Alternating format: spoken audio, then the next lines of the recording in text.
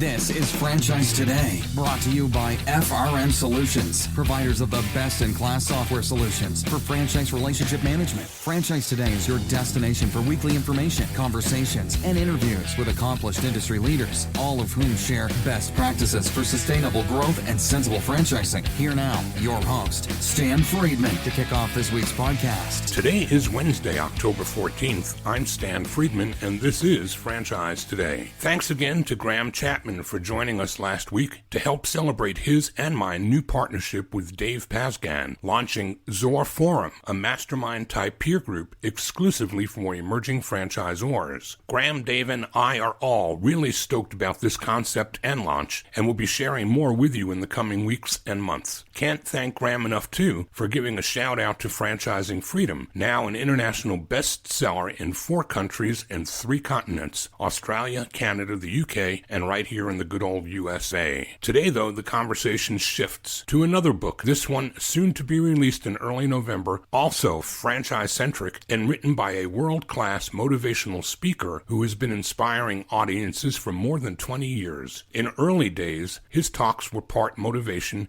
part business leadership, inspired by a bout with cancer that inflicted him at an incredibly young age. All of that came, though, before his introduction to franchising. Scott Greenberg joins me on the other side of a quick break with his inspiring life story, which includes a 10-year run as a multiple award-winning, most successful multi-unit franchisee of edible arrangements, and to discuss his upcoming new book, The Wealthy Franchisee. Scott Greenberg, right here in 2 minutes or less on Franchise Today.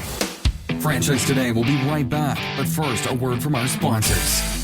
We are all familiar with Vistage, YPO, and EO. Well, now comes Zor Forum, a somewhat similar type of executive group, but this one comes with a twist. Zor Forum groups are exclusively for franchisors. Imagine a peer group for sharing and networking on a platform built exclusively for franchise executives. Zor Forum members are afforded unparalleled access to best practices and some of the brightest minds within the franchising world, through regular meetings and a dedicated communications platform.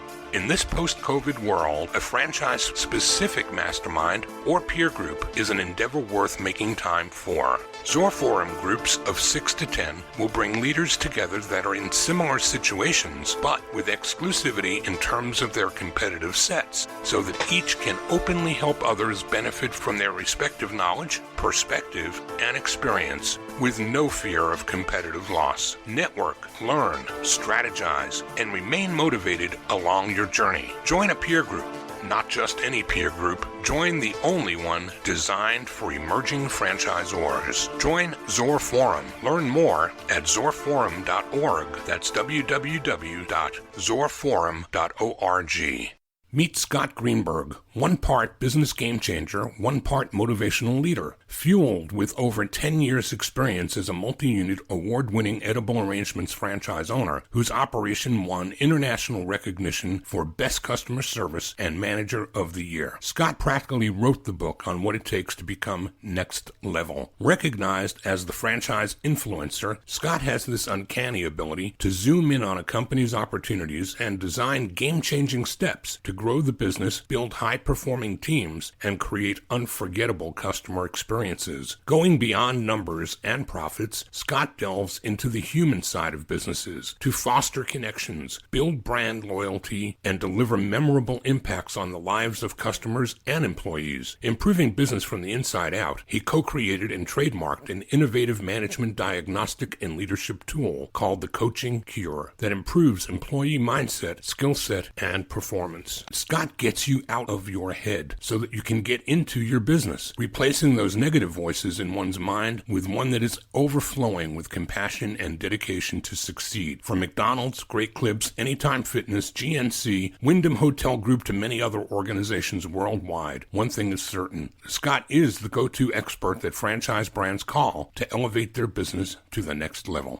Scott Greenberg, welcome to Franchise Today. Thank you. Great to be here. You've been very diligent in keeping me abreast of this upcoming book, one that I'm excited to see come to press. When you've got quotes and praise from the likes of Gordon Logan, Peter Cancro, Rhoda Olson, Paul D'Amico, Doc Cohn, Jen Johnston, Rob Price, Alicia Visconti, Brian Schnell, Tarek Farid, Chuck Runyon, Catherine Monson, Charles Watson, Dan Harmon, I can go on and on. This book is a who's who of praise and quotes from people who know franchising, and I'm just referring to those on the franchisor side. And I think there are quite a few, and almost as many, that give praise for this book from the franchisee side, which is really what this book is all about. Well, I'm so grateful that all those people are willing to participate, whether it's to, sit for interviews or offer some praise for the book. The goal is really to help franchisees. And it's wonderful those names are to associate the book. What's even better is the information that all those people shared in terms of their observations and their advice as to what it takes to succeed in a franchise business. So those were some impressive names, some really great people.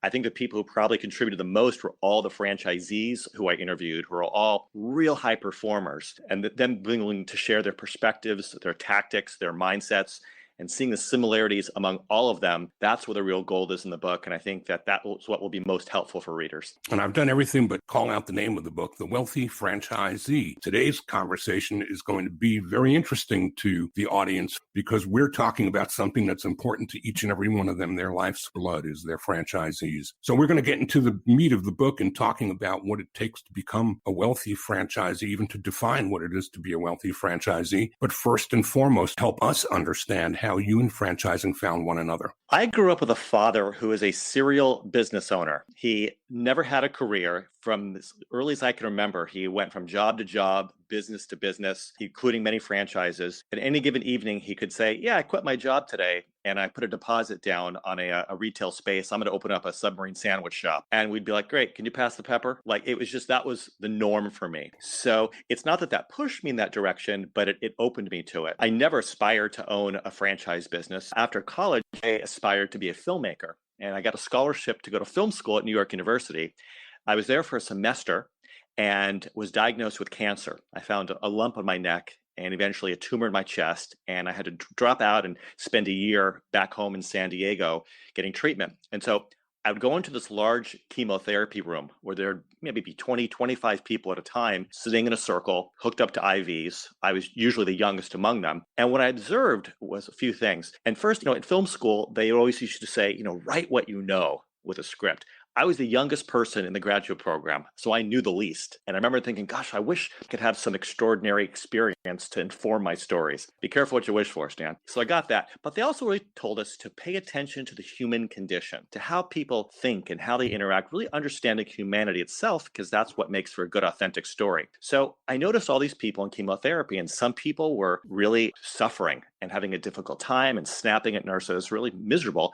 Other people who were just as sick, who were, joking and laughing and really doing all right. Some of them were dying, but boy, on those days they were living. And it made me curious as to why is it in similar circumstances, people respond so differently and ultimately get a different result. Now, I had no idea at the time, but those questions would directly inform my experience in the franchise world because it's the same thing. Lots of people running the same operations, but getting very different results. Well, that experience with cancer led to a year in treatment. I succeeded. I beat the disease. But a colleague was putting on a leadership conference and needed a speaker. And so why don't you come to our event and, share your story and how it applies to leadership? So I put together what I thought would be a one-off speech, talking less about cancer and more about the way all of us react to adversity. Well, that presentation went very well, and it led to more presentations. And for 20-something years, my phone's been ringing with invitations to come and speak to various groups about leadership, about resilience. And so over, the years, a few thousand presentations later, my content has evolved considerably. But I'm always interested in these human elements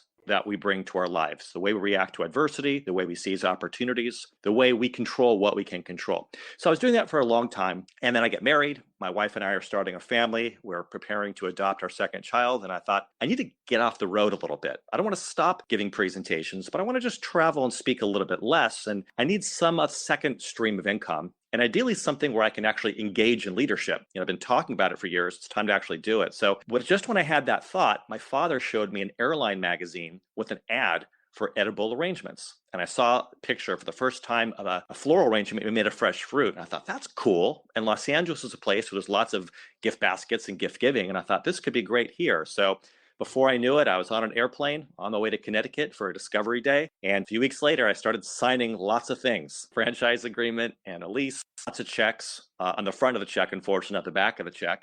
And that was the beginning of my 10-year odyssey, still speaking, but running what would ultimately be 2 edible arrangements franchises. So the first one we built up, there was about 105 locations in California. Usually we ranked in the top 5. Very often we were number 1. And then 6 or 7 years into that, I acquired a second struggling location that was usually ranked 104th. So the story would probably be better if it was 105th, but it was 104th. I'll give credit to the previous owner. And we turned it around and made it profitable in a year. So I did that. And then that led to a lot of invitations to start speaking at franchise convention. So I sold the stores 5 years ago, and today I'm now back to full-time professional speaking, both live and virtually. Probably about 70% of my audiences are franchises. So over the years, I presented to countless franchise brands, and part of my due diligence is to interview as many franchisees as possible, in addition to the franchisor, and especially the top franchisees for each brand, trying to understand what they do that enables them to outdo everyone else. And you do it long enough, you start to see some patterns and you start to see some trends that have very little to do with the specific brand that they are running, and actually less about operations than you'd think. It's more about these human elements, what they bring to it that enables them to execute at a higher level. So I, like so many of your guests, I didn't get out of high school or college thinking I want to be a franchisee, but franchising found me. And so now that's the world that I'm embedded in. And I really, really love it and appreciate it. And it still appeals to that side of me that's curious about the different results that people get, even though they're doing the same thing, and how what they bring to the endeavor is what ultimately makes the difference. What was it that motivated the speaking and got you started even before franchising? What were you talking about in general prior to your franchisee days as a Z yourself? So the very beginning of those first few years after the battle with cancer, it was primarily about resilience and overcoming adversity, and how leaders need these characteristics and need these behaviors in order to inspire others. So I relied heavily on what's known in speaking as my signature story, sort of using cancer as a metaphor. We all get our cancers. What matters is how we react. So that's a universal message. So that enabled me to speak in a variety of industries, focusing on that. But then it started to expand because I didn't want to just identify myself as a cancer survivor. So it went from resilience and overcoming adversity to then mindset and peak performance, and then eventually to building high performance teams. I always had a lot of questions and curiosity about what are the human factors that enable people to succeed. We can't just wait for the right circumstances. I don't believe it's just hard work. I see a lot of people working very hard. A lot of people focus on tactics who aren't getting results. And so I've been always curious about what are those human elements, the psychology, sociology, and the social dynamics that enable people to succeed. So that's my area of interest. So that's what I was speaking on, still do, but back then that's what I was really focusing on. What's great about the franchise space is we can actually see it in action. We can actually see how resilience, one's ability to clear their head, one's focus on serving others rather than just focusing on themselves, what real leadership is. So it just sort of evolved, and Edible Arrangements for 10 years was a bit of a laboratory for me to try these concepts and see what works and what's just a bunch of motivational speaker cliches that really in practice don't have any efficacy. So it evolved quite a bit, and honestly it continues to. But the franchise space is a really great place because you're constantly comparing franchisees and the results that they get, and I'm very interested in why the results differ so much. I'm wondering how motivated you became during your tenure as a franchisee to believe in yourself that you could take this further, that you can carry this message of success that you're exhibiting and take that out well beyond the Edible Arrangements brand, but taking that as a platform for your speaking and for your business and for your life's mission on a go-forward basis. When did that bell start to ring? That bell rang the day I saw the ad, because the goal wasn't just, let's see if I can make money with Edible Arrangements. The goal was, let's see if I can now prove that all these things I've been spouting on stage, let's prove that these things actually work. And I knew that some of it wouldn't. I knew that some of it was, theoretical stuff that people have written books when they haven't actually got up and tried to lead hourly employees. But from the very beginning, the goal was always to learn more about leadership, to really take what I was doing that sounded kind of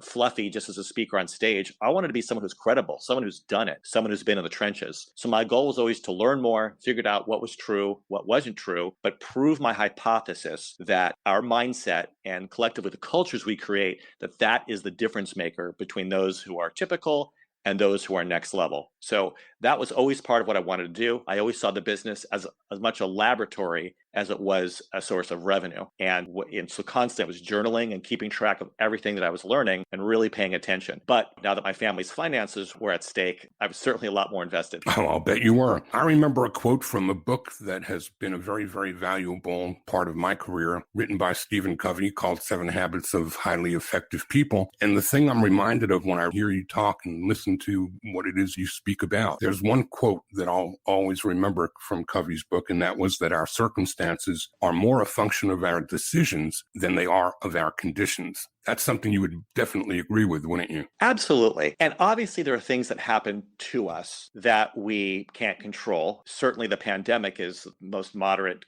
clear example of that. But in any set of circumstances, whether it is a pandemic, whether it is a bad economy, whatever the situation, there are plenty of areas where we still have control. And so the idea is to maximize our ability there where we do have control. And one of the things I say in the book is until you have really embraced the what I call the wealthy franchisee mindset, until you're really giving customers a mind-blowing experience, until you're really developing your employees, you don't know how good your business really is. That it's easy to blame the pandemic, it's easy to blame your circumstances, but you really can't until you've embraced all the things that wealthy franchisees do. That's the only way to know how good your business is.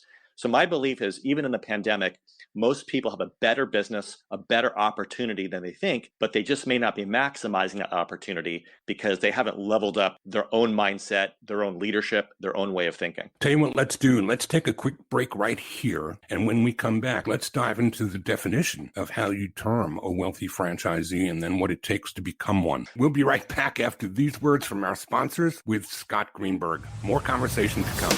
Franchise Today will be right back, but first, a word from our sponsors. This portion of Franchise Today is brought to you by Zoracle, providers of spot-on profiles, the gold standard of assessment tools that assure you're selecting the right franchisees every time. Unlike DISC or others that simply gauge personality or communication styles, Zoracle's spot-on assessments are all franchise-specific and based upon 7 sciences that nail the results each and every time. Your prospects simply answer a few questions online, and like magic, Zoracle's algorithms scientifically slice, dice, and analyze their thresholds for risk, their business acumen, and even their propensity for single or multi-unit ownership. Zoracle's spot-on analysis is like having a crystal ball, but there's no hoodoo here. It's all based upon science that flawlessly determines franchisee, franchisor compatibility, and accurately predicts performance. Why don't you schedule a demo today and take a complimentary look and see for yourself? It's the closest thing to a sure thing. Zoracle, spot-on assessments based on science, but delivering results that seem simply magical. Check them out at www.zoracleprofiles.com. And we are back with Scott Greenberg, soon to be a best-selling author. We were talking a little bit about franchising freedom on our break and my participation in that project. And I've received in this book great things in The Wealthy Franchisee.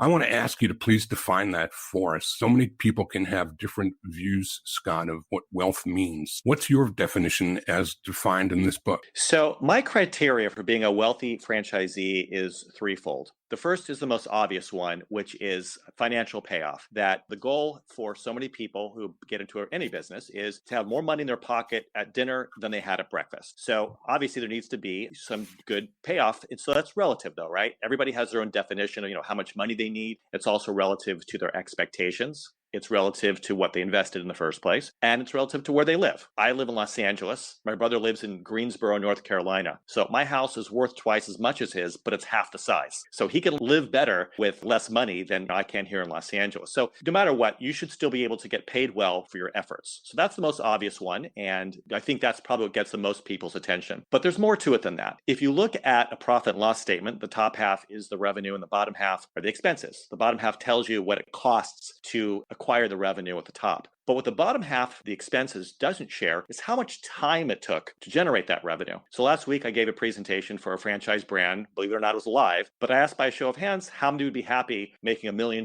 with your business? And all the hands went up. And I said, wait a second, let me finish the question. How many would be happy making $1 million from your business over the course of 25 years? All the hands went down. They're working way too hard to only make $40,000 a year.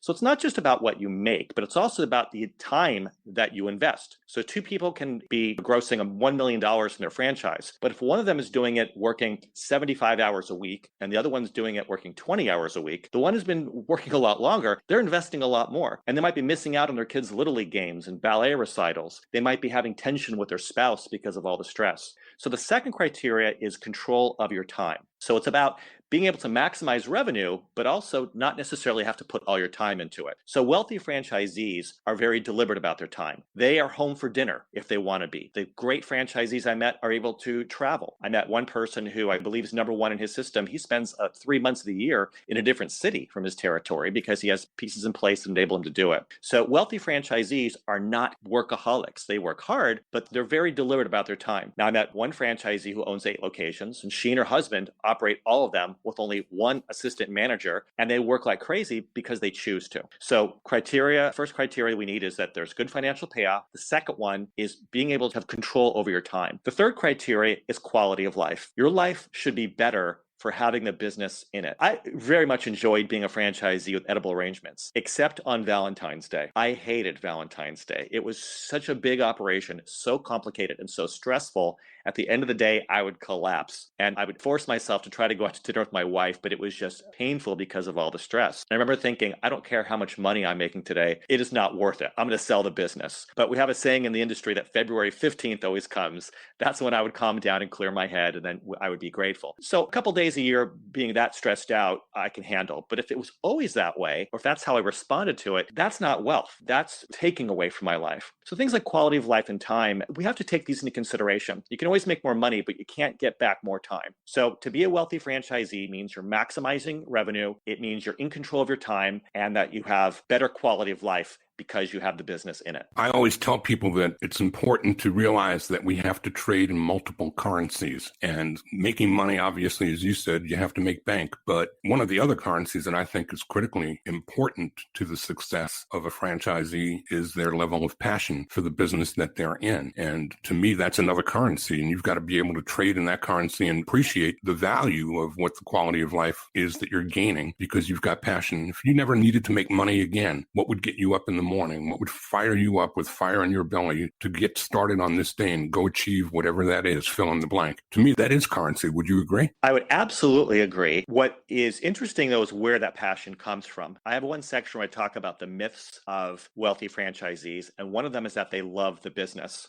And I got different responses when I interviewed various franchisors or franchisees about that. There are some who really love pest control. They get out of bed wanting to kill bugs. And there's some who really are passionate about frozen yogurt. But then I met other people who could sort of take or leave the widget that they sell, but they love something about it. And that was the case for me. My edible arrangements locations, we did very well, but I wasn't especially passionate about fruit or fruit baskets. What did get me excited was being in the celebration business, helping people commemorate the special occasions in their lives. That's kind of what charged me up. That was where there was emotional resonance. So one of the characteristics that I did find among all the top franchisees who I've met over the years and who I interviewed for the book is something about the business excites them. And it might be the frozen yogurt or pest control. It might be the ability to interact and inspire employees. It might be the way they make their customers feel. Something about their business gets them excited. So there's always some passion that they have, but it's not necessarily about the thing that they sell. It might be something about the process. Yeah, I can relate to that. I've shared many times in my years in the chicken wing delivery business as a franchisor. Sitting in front of a TV and having the chicken wings delivered to you is a much different experience than being behind the counter and having hot fry oil spilling all over you and managing a team of drivers. So I get that. I think that that's an important distinction that many franchisors franchisors have to call out with prospective franchisees about what it is a day in the life will be in that business. Because if you're in a sports business like I-9, it's not being on the bench coaching. And that's not where the franchisor wants to see his franchisees. They want him in the front office managing the business growth and its marketing. So I do think that there must be some driving passion, and currency for that is as important as the wealth that you make from the take on making money in your business. You talk a lot too about cause marketing and the difference between giving and giving back.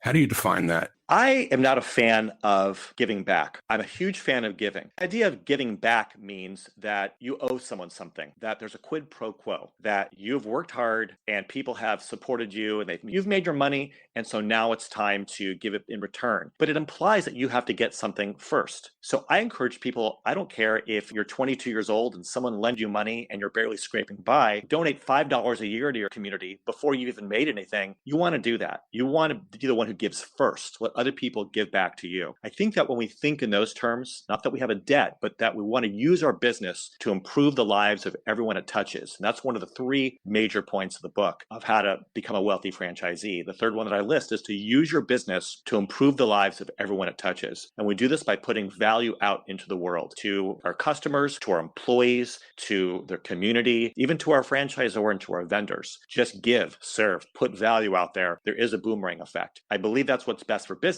But even if you don't care about the world, you just want to make as much money as possible, it just so happens that the best way to do that is still to be a giver. So don't wait. Don't feel like you want to get paid first and you're going to pay people back. Just come from a place of love, from a place of giving. It's a better way to live. It also happens to be the best way to grow your business. You know, you bring truth to life. I think about a Blimpie store that I was part of the Blimpie organization many years ago. We had one store in the metro Atlanta area that just seemed to always find its way to bankruptcy. And 2 or 3 times over the course of a few years, that store was under different ownership. The third time, that store went from being one of the worst in the system to the number one in Georgia, and then on to number one in the U.S., and then on to number one in the world. And literally, same store, same brand, just a different operator who probably had more of your type of mindset than those that preceded him. So there's a lot of truth to real estate and location being important, and there's a lot of truth to running a good operation, but there's not enough spoken about, and especially by franchisors, I believe, in their training and even in their selection processes, about the psychological side of the business and who it is that's getting the keys to that front door, and the ops manual and the training. And what's going to come from that is as much a part of their psychological preparation as it is their physical training. Would you agree? I would agree. And I would say that you have just lasered in on the number one most important thing in franchising that does not get talked about enough, which is what it is that the individual franchisee psychologically brings to their business. They say in real estate, the most important thing is location, location, location. So one of the myths in franchising is that those people, they're doing really well because they have a really great location. People thought that about my first edible arrangement store. We served the Beverly Hills, West Hollywood area, so people assumed that our customer base was wealthy and just would come into our store every day with a stack of Benjamins and want to buy these big, enormous fruit arrangements. That's not how it was. In fact, because it was such a wealthy community, it wasn't as dense, there weren't as many people. They didn't necessarily want to spend more money. There was a lot of vehicular traffic. It took longer to make deliveries. There's a lot of challenges there. It had less to do with our location, and it's more about the level of service that we brought, the way we treated our employees. And in researching this book and meeting all these great franchisees, some of them have, some pretty good locations. Most of them have average locations, but they operate at a higher level and people are willing to travel. In one case, one of the top franchisees for the UPS store, an enormous franchise,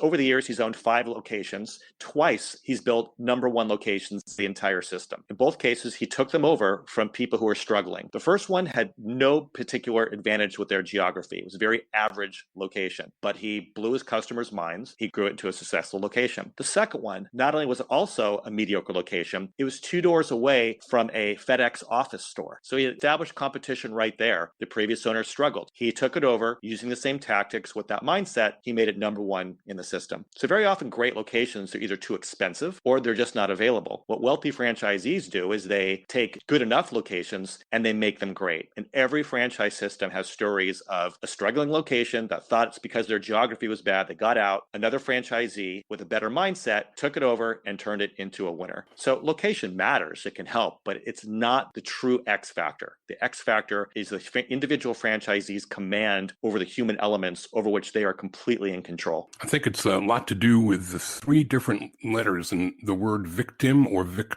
The difference in those three letters are all in the mind, 100% in the mind. It's true. And every franchisor wants their franchisees to succeed. But when you look at most of the support that they provide franchisees, it's almost always operational in nature. Now, when they bring me in to speak, franchisees, they're great people, but they're nervous, or they don't want to adapt to change, or they're not serving customers as well as they could. So that no one comes to me and says, hey, Scott, we really need your help changing our marketing or coming up with a new recipe for frozen yogurt. The concerns they want me to address are more rooted in the human elements. And franchisors, they're experts in cheeseburgers, in pest control, in in-home senior care. That's their expertise, how to create those systems, how to replicate them. But in terms of helping the franchisee operate with courage, to clear their mind, to build trust, to get away from facilitating transactions and instead elevating the emotional state of customers, that's not necessarily their area of expertise, but these are the things that franchisees need if they want to thrive. So it's tough for a franchisor because that's a whole other area that franchisees need, but it's not necessarily in their wheelhouse as well. There's so much that's got to get done that it's a miracle if they can even give all that information to franchisees. But it's critical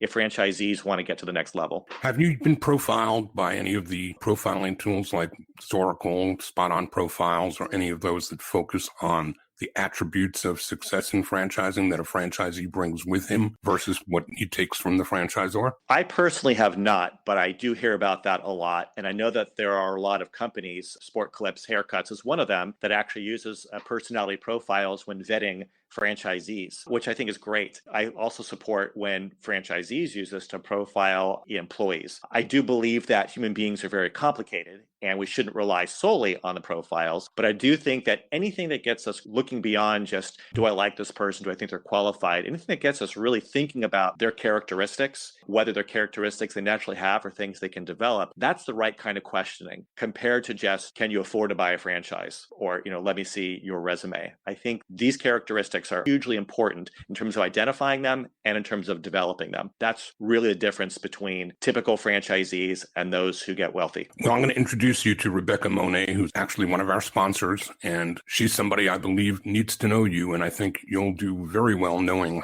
her. Her assessments are not personality, they are psychological. They are actually informed by 7 different sciences. I think that's great. If that, helps anybody become more self-aware, that is invaluable information. Could not agree with you more. Scott, we're at the juncture where it's time for me to ask you, what didn't I ask? I would love the opportunity to spoil the book. The 3 takeaways that I want people to have, because even if people just listen to this conversation, don't buy the book, I still want to be helpful. So I want to share what these 3 main ideas are that will help franchisees. Fire away.